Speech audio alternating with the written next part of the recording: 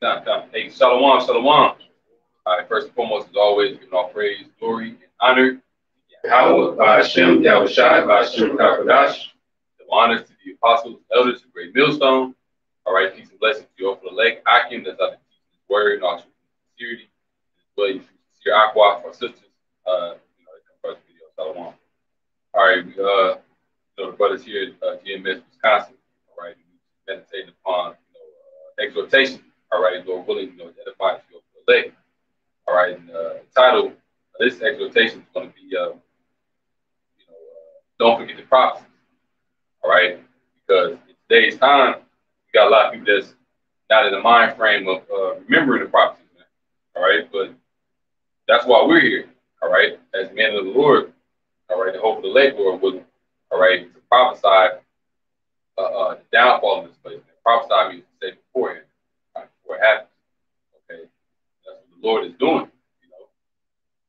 And really the Lord got them locked into that state of mind, man. All right, to be docile and caught up in the affairs of this world. And only the elect is really going to adhere to this word, man. Matter of fact, somebody can get Romans 11:7. It's the book of Romans, chapter 11, and verse 7, and it reads, "What then? Israel hath not obtained that which he seeketh for." Right. Israel, speaking about so-called blacks, Latinos, and Native Americans, okay, the Hebrew Israelites that the scriptures speak of, all right, have not obtained that which they seek for. All right, because according to the scriptures, all right, Israel has the zeal of the Most High, but not according to knowledge. Okay, you see Jake in these different different religions, Muslim, Mormonism, mainly Christianity. Okay, seeking after the truth, but they never able to obtain it because those are, pretty much, avenues in which the Lord got them led astray, the blind lead the blind, and it says what? Romans 11:7, "What then?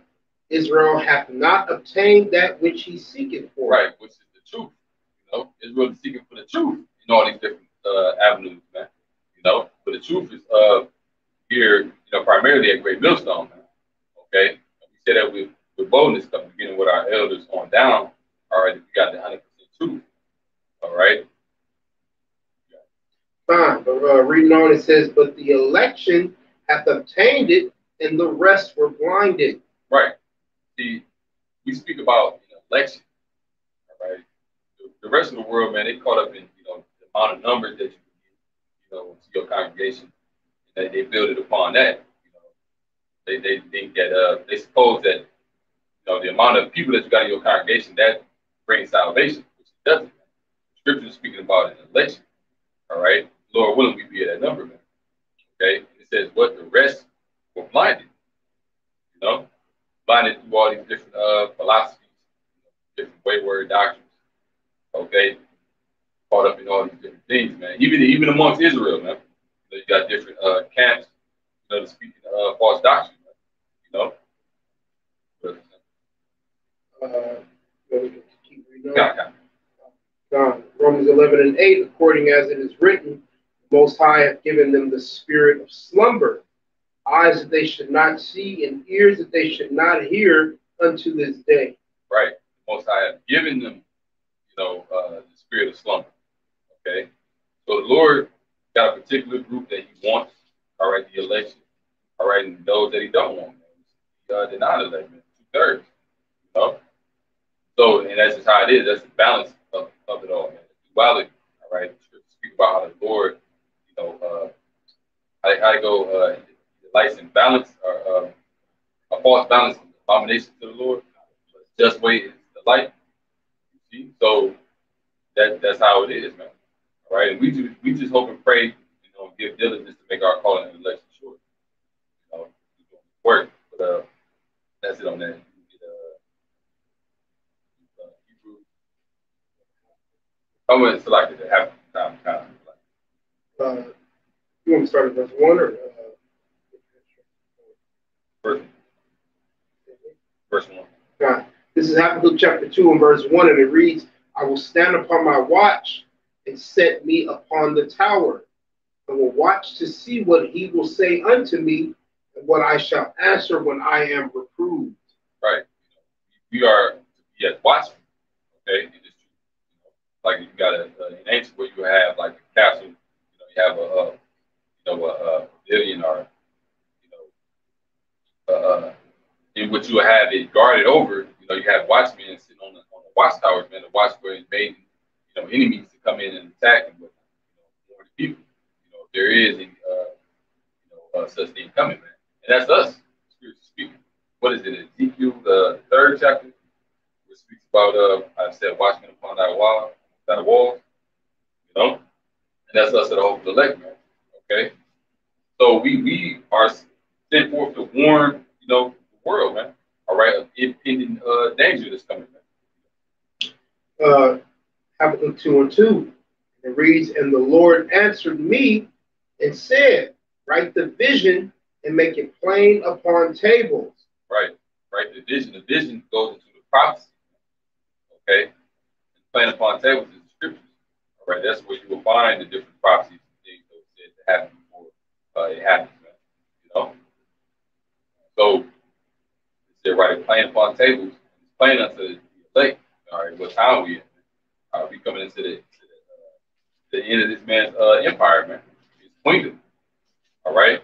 And we're telling our people to prepare their hearts and minds, man, for the time that's coming, man. Get ready, prep spiritually, man. There was always asking the prophets. The prophets are asking when was the time to set the king. All right, and these are the things that have to. These prophecies are what have to come past. And in lieu of ushering in the king. So that was one of the. I just want to put that in there also.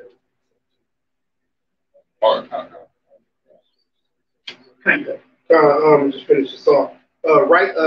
Reading Habakkuk 2:2. And the Lord answered me and said, write the vision and make it plain upon tables, that he may run that readeth it.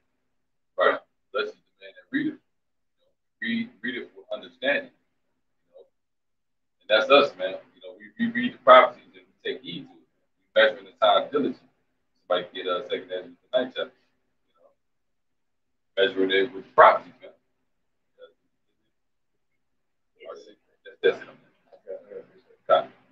book of 2 Timothy, chapter 1 and verse 1. It's like a chapter 3 and verse 1. It's a lot. 2 Timothy 3 and 1. This know also that in the last days perilous times shall come. Right? That's pretty much the point. Right? Hence the title of the video. Right? Don't forget about the prophecy. Right?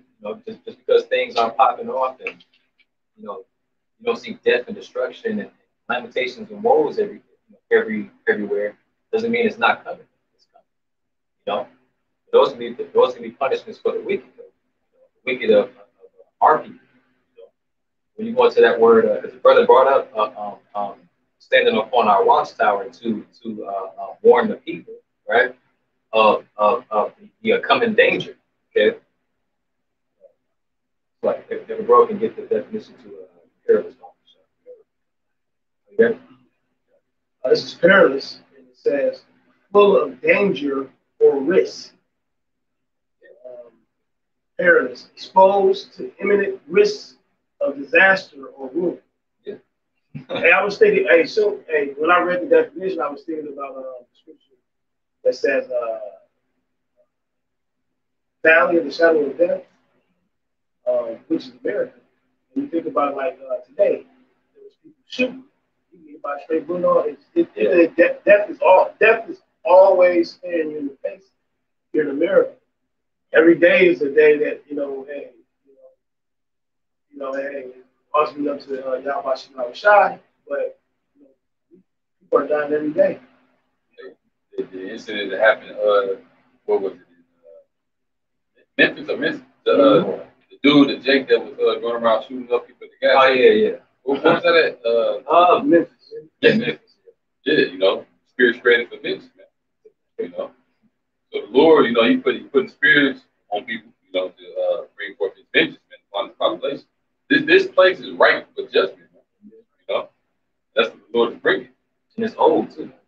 It's old, like not old, but old to this place, to be judged. Yeah, and the people that sit in it. Places become waxing. She was talking about waxing worse. People's minds are desperately wicked. Like, they continue to think wicked thoughts. Like the only ones that are at least trying to stay righteous is the elect. It's like it's in us. It's like the Lord is pressing on us to, what I'm saying, like go in that direction. Continue to go in that direction. That's why it says endure to the end. We are enduring this hellhole, trying hard not to fall by the wayside.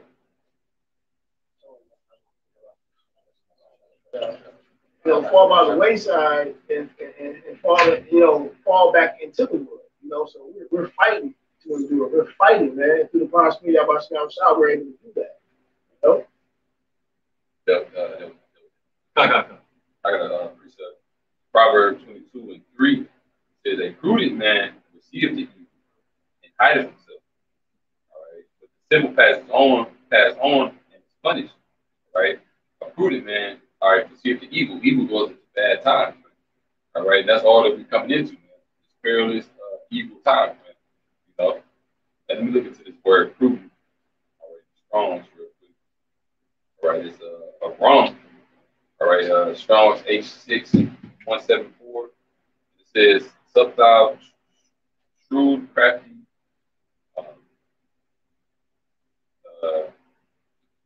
What is definition in Strong? Don't we do just let me go in. That's something online. It's the online definition of prudent.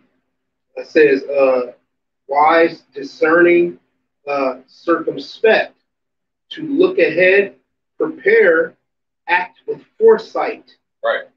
Kind of, because prophets in the ancient world were called what? Seers. They could foresee the evil, all right, that was coming, man, through the spirit. All right. That's how we understand it to this day. Look where I got Google. It says acting with or showing care and thought for the future. Wise and judicious. So, that's us, man. Through the spirit. We ain't like the people that's caught up in this world. They don't give a fuck. Their mind is just focused on, their next meal, just folly, man. Just shit that don't really matter, man. They're not supposed to anything the evil's gonna happen. They're gonna get caught off guard. Somebody get First Thessalonians 5:7.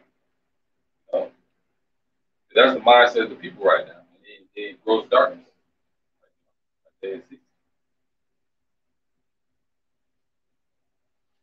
Whatever.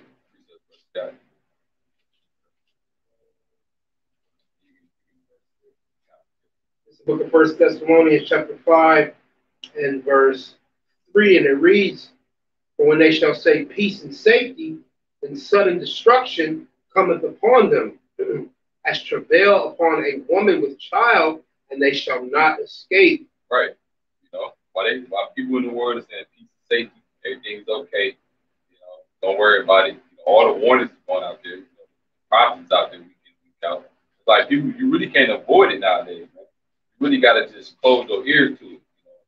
Hand on your ears, and willingly not take heed. Majority of the world is what they're doing. But it said it's gonna come upon them as travail upon a woman with a child. So like the same way a woman when she gets the birth pain and the child's ready to come, she can't put it off and just say like, well, I'll give it another month. Like, no, the baby is due to come. Right? And that's the same way it is with the judgment, man. They ain't gonna be able to put it off. I think that links up with 2 Corinthians 16 chapter. Are you gonna get that right now, the birth pain?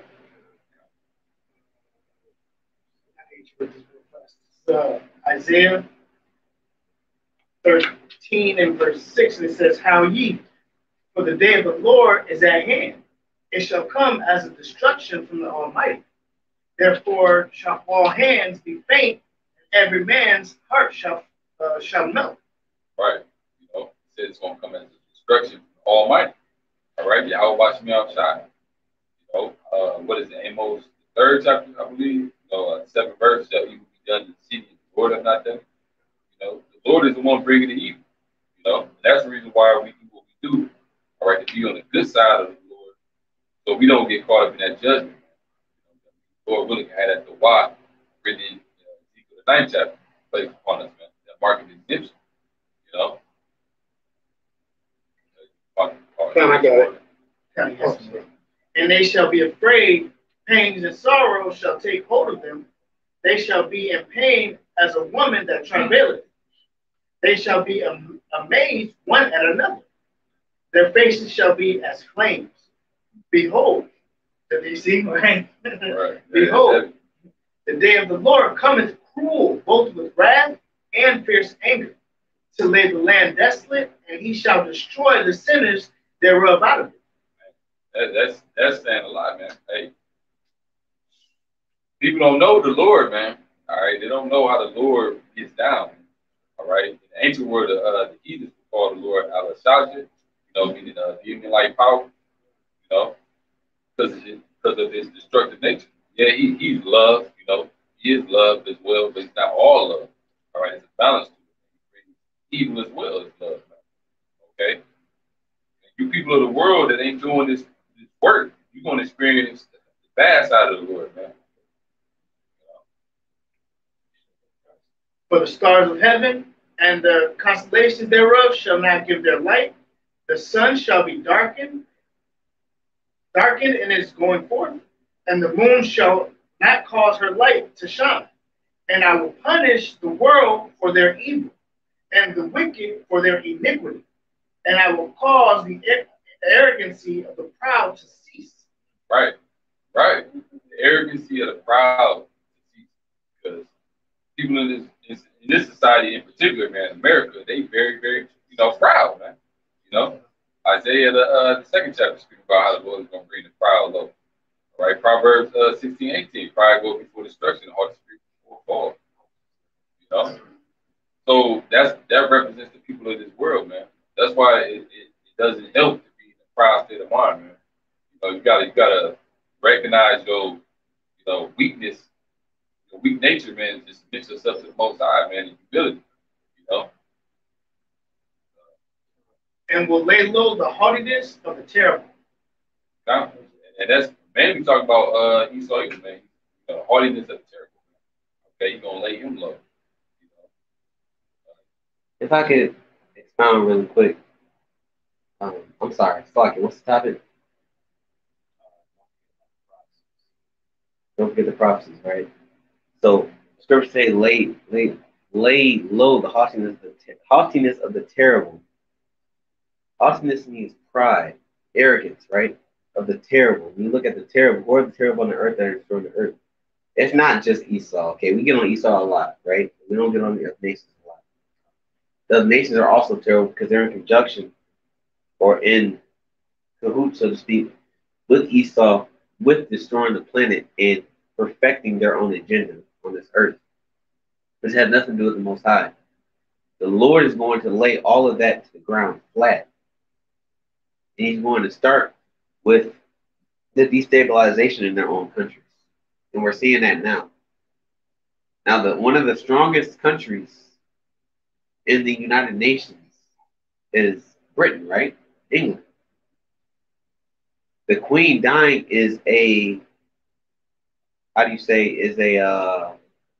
beginning, is a starting point to the destabilization to Britain because they were proud.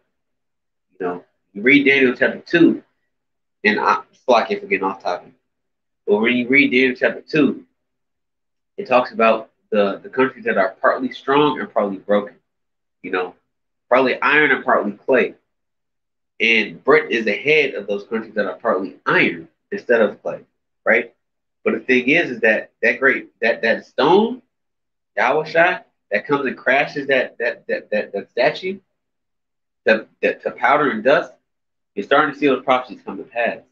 So everything when it comes to this planet, because Israel isn't in authority, so anything when it comes to this planet, when it comes to these other 17 other nations, is going to be laid to the ground because they're all haughty. Haughty against who? Haughty against Israel and haughty against the Most High. So everything when it comes to their infrastructure, their foundation, where what they believe in, what they think, what they enjoy, what they've created on this planet is going to be laid to the ground. And that's prophecy. Like But no, that's scriptural, because the Revelation say the Lord's going to come to take, King of Kings, Lord of Lords, man. He come to take down all the crowns. Somebody get somebody get Daniel 7. Yahushua came to the ancient days of the new crown, because what you need to understand is that, and I don't mean to take over the younger brother's lesson, but what brother that's watching this lesson need to understand is that somebody get when Yahushua said that this kingdom was of mine, my servants will fight.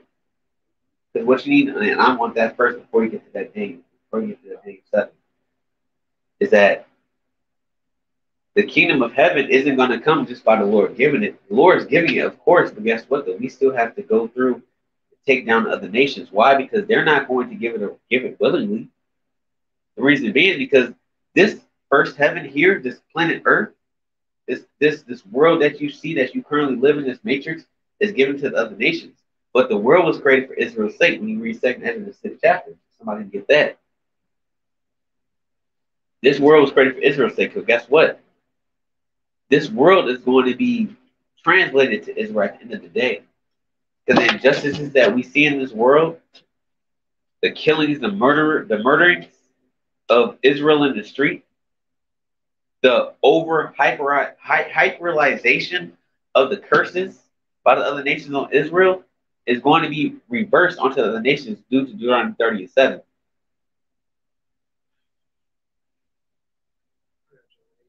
But you got the Book of John, chapter 18, verse 36. Wow, I'm tweaking. Goddamn, I ain't know that shit was gonna happen. Woo!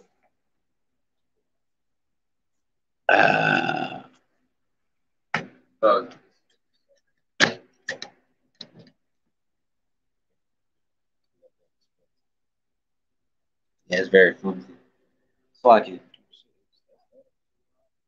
This is the book of John, chapter 18, verse 36. Yahushua answered, my kingdom is not of this world. Right. The kingdom is not of this world. So if the kingdom isn't of this world, this current heaven, which is the world that you see in your temporal mind that you're living in, then what is the Lord's kingdom of? Kingdom of heaven, which is the kingdom of righteousness. Because this world here is of wickedness and dearth, which means famine, spiritual famine. Go ahead. Reading on, if my kingdom were of this world, right, then will my servants fight. Right, because why? Because we're fighting for righteousness, and we're fighting right now. The kingdom of the Lord isn't of this current establishment of society, but the current establishment of society to come is going to be of his world, the kingdom of heaven. So yeah, we're not fighting for this world, we're fighting for the world to come. That's why it looks like we're crazy. These crazy dudes on the corner. We crazy for speaking this, speaking that. Our conversation is weird. We speak in the future. In the future is the word of Israel, kingdom of heaven, Revelation 21st chapter. Go ahead. Reading on, that I should not be delivered to the Jews, and now is my kingdom not from hence. Right. So he ain't gonna be looking to the Jews. What that means is at that time, the Jews who were at that time, the Pharisees and the scribes who were in position, would deliver him up to the Roman Empire. So he said, look, my kingdom ain't right now because it's worth the Roman Empire to rule. But when it's the time, my servants will fight. Who's got that, Daniel? Go ahead. 7 and 9. Yep. No, the saints shall take the kingdom. 7 and 18. Yep. All right. Book of Daniel, chapter 7. Yep. In verse 18, and it reads, but the saints of the Most High shall take the kingdom. See, the saints of the Most High shall take the kingdom. So when you go back into that John, the brother just read, if it was the Lord's kingdom, if it was his world, it's his servants shall fight, right? But this isn't his world, so it's held off for a time. And when it's not, the Lord's servants shall fight. Because what you need to understand is that at the end of this world, the Lord's servants will fight the angels, the chariots. And that's what's coming to deliver the nation of Israel. Go ahead. It says, but the saints of the Most High shall take the kingdom and possess the kingdom forever, even forever and ever. See, they shall take the kingdom, meaning they will take it. When you take something, it's violent. I'm taking it from you. You're not giving it to me. I'm gonna whoop your ass and I'm gonna take it. Right? The Lord is going to use Israel as his battle axe and whoop the other nations' ass and take the world for his servants, Israel, right? Read it over.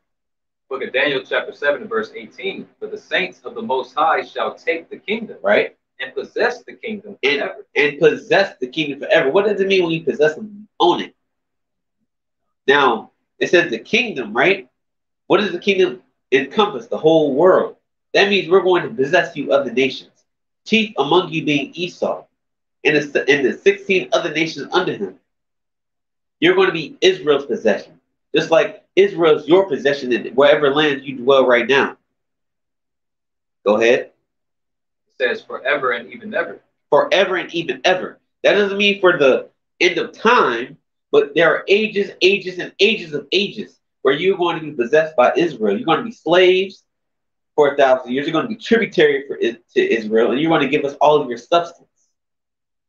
Everything that you own will be tributary to Israel. Why? Because for thousands of years, we attributed everything that we have in our bodies, mind, and soul to this fucking world, man, and you other nations.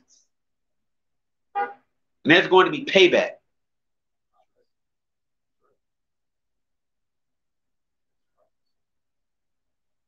Who else got something?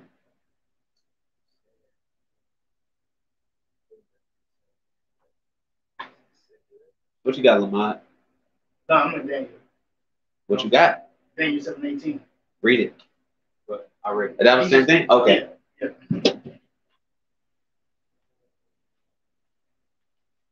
Second Ezra 9. I'm going to get Second Ezra 6.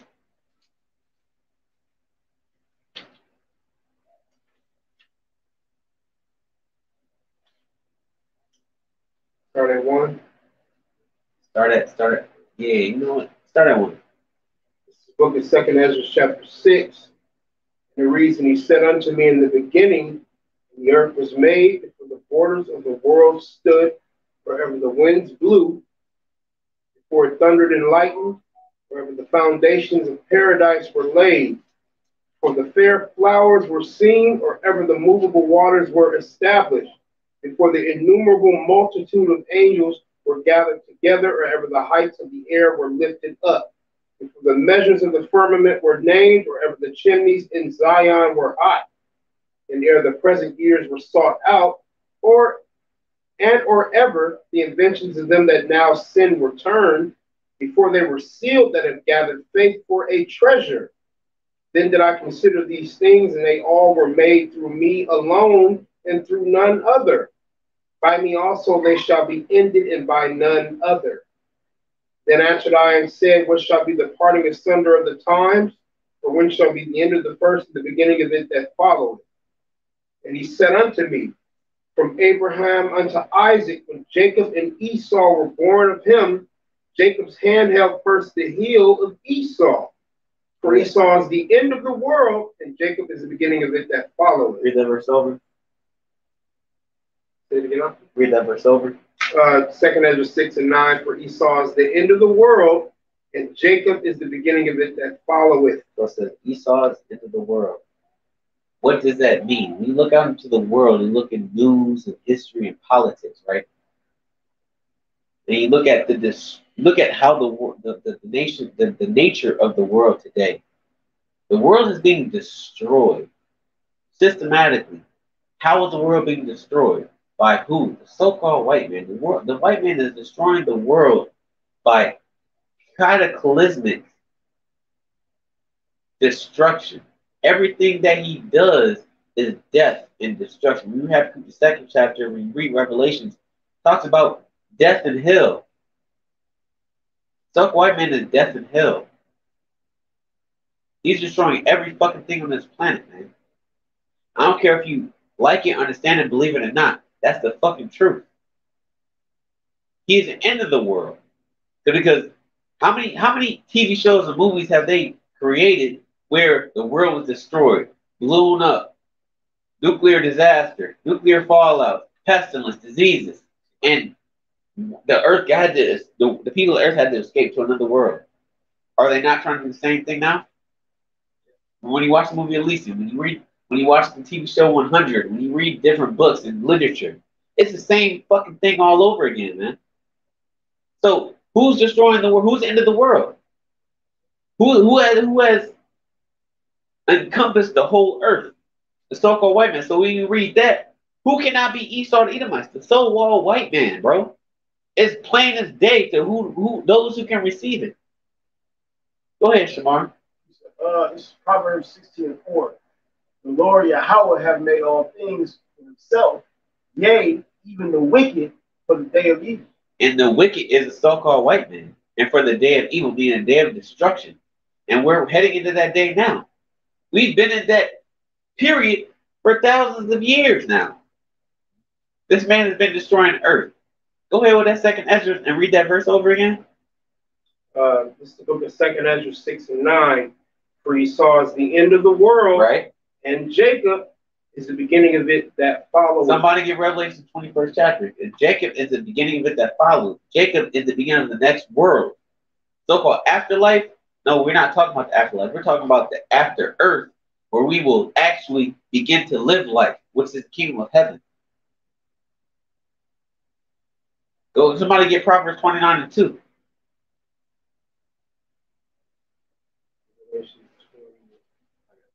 Go ahead.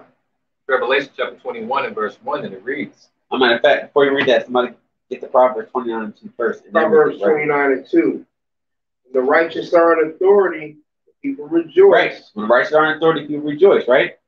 So why aren't people rejoicing in the world? I thought the so-called white man was the epitome of righteousness and glory and pureness. This man's destroying the earth, destabilizing societies all over the fucking earth, man. Go ahead. But when the wicked beareth rule, the people mourn. That's because the wicked is bearing rule. The brother Samar just read, the wicked is created for the day of evil. The so-called white man is the wicked. And that's why the whole earth is going through completely fucking turmoil right now. You know? And when the righteous rule, the world won't be mourning anymore. The world will be rejoicing because the world will be in happiness and righteousness. You see nothing but a cloud of darkness all over the world. Somebody get Isaiah the 60th chapter. Go ahead, read that Revelation 21. So the book of Revelation, chapter 21, and verse 1. And I saw a new heaven and a new earth, for the first heaven and the first earth were passed away, and there was no more sea. And I, John, saw the holy city, New Jerusalem, coming down from God out of heaven, prepared as a bride adorned for her husband. Right, so New Jerusalem coming down as a bride adorned for her husband. Because Israel is known as the Lord's woman, the Lord's bride, right? But it says New Jerusalem coming down. How are we going to come down? Coming down from where? Where are we coming from? We're coming down from the heavens. In what? In the chariots of the Most High. You know, when you pursuant to Wisdom of Solomon chapter 5, verse 1, and 1 Thessalonians 4 and 16, we'll be lifted up in these chariots. And we're going to come down for those chariots being changed. The kingdom of heaven starts with the people. That's why Esau can't.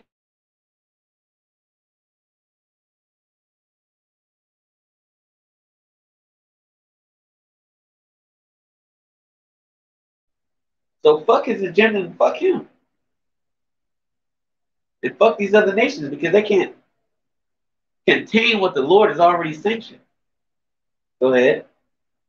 Verse 3. And I heard a great voice out of heaven saying, Behold, the tabernacle of Yahweh is with men. Right, so the tabernacle of the Lord is with men. So you can kill off as many Israelite women if you want, children if you want, but the men are the sanctioning body. You kill off the men too, but guess what? We're just going to come right back in the reincarnation and fulfill the Lord's will. You know? And when we come down from heaven in the chariots, the world is already ended, as you see, as you know it. At that point, it's Israel's time to shine, so to speak. And the men will rule as personally appointed by the Most High. Ain't gonna be no more women oppressing the men and ruling over men. Ain't gonna be no more of this backwards, upside down world, man. Go ahead. It says, and he will dwell with them, and they shall be his people. Right? He shall dwell with them. That's the thing. Right now, the Lord, Yahweh himself, isn't dwelling with Israel. You know, we're in a cursed state right now. But when this happens, at the end of your world, as you see fit, the Most High is going to dwell with his people, man. And we're going to be known as his people. Go ahead. It says, and Yahweh himself shall be with them and be their power. Right?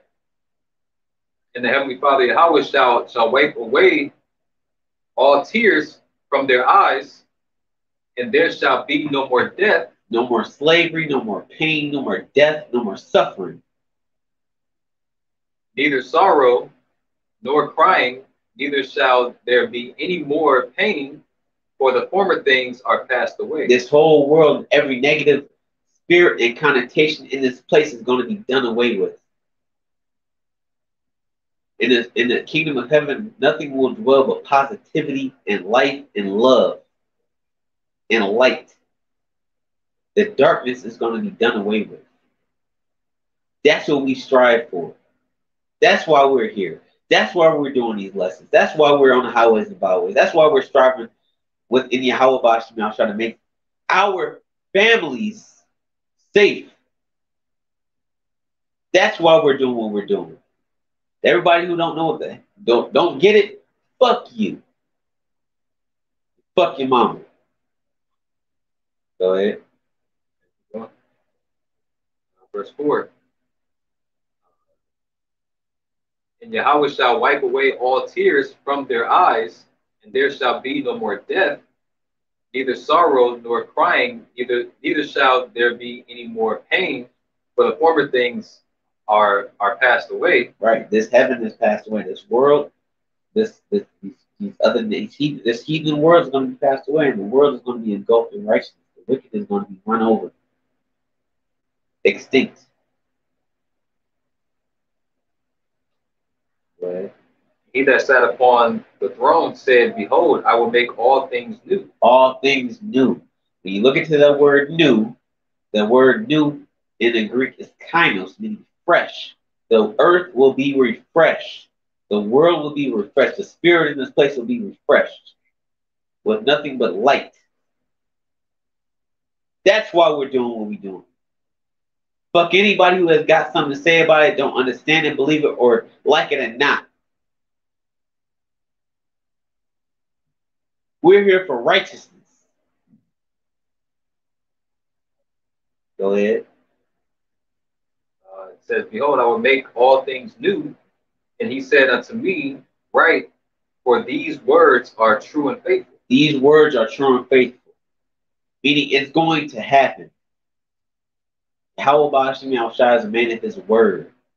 His word is above his name. Meaning what he says goes, and he's going to make it happen. Not because he's just the Most High. Because he can easily say, no, this ain't happening, but because he swear by his name.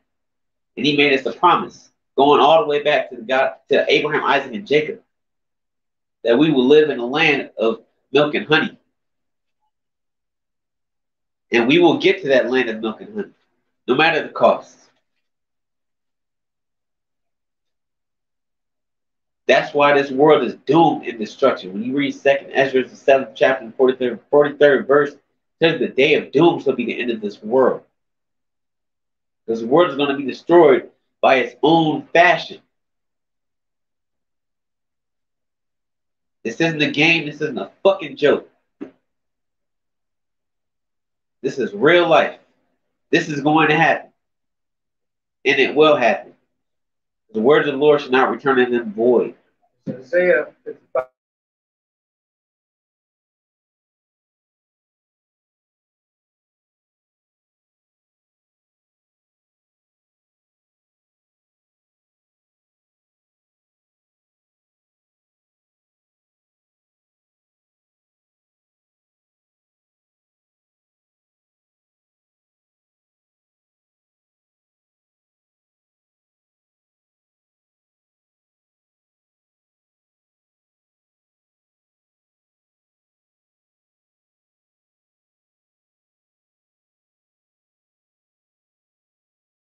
fill the earth. And it shall prosper in the things whereunto I sent it. That's self-explanatory.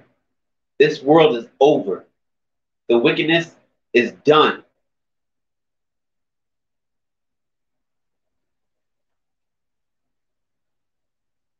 What else I got? It's the book of Isaiah, chapter 1, starting at the 24th verse, and it reads, Therefore saith the Lord of hosts, the mighty one of Israel, I will ease me of mine adversaries and avenge me of mine enemies. And I will turn my hand upon thee and purely purge away thy dross and take away all thy tin. Break it down.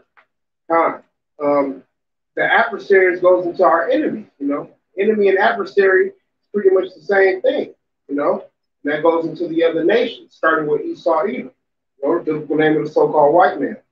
You know, when Yahushua comes back, I believe it's 1 Corinthians, the 15th chapter, talks about how he's going to bring down all rule and power and authority, you know. But he says that he's going to turn his hand upon thee. That goes into the Israelites, start with the elect, you know. He's going to purge away the sins. That goes to wiping away our tears from our eyes, man. Taking away that filth and putting us in spiritual bodies, you know. It's kind of like hitting the reset button. And finally, verse 26, and I will restore thy judges as at the first, and thy counselors as at the beginning. Afterward, thou shalt be called the city of righteousness, the faithful city. Prophecy. You know? That goes into the Israelites, start with the elect being on top, man, and our nation being restored back to its rightful place. You know? Yahushua, you know, the 12 apostles, the elect, you know, King David sitting on his throne, the order will be reestablished, man. Forever and forever.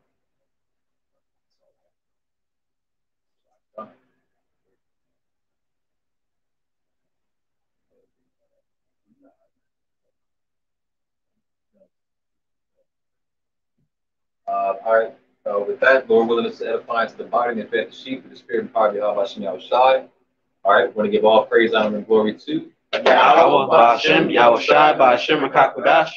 the divine and our apostle elders at Great Millstone, who will and teach well. All right, peace, salutations to all you Akim out there for truth. All right, shalom to the elect. Shalom, Abba Ball. Shalom, Abba Ball.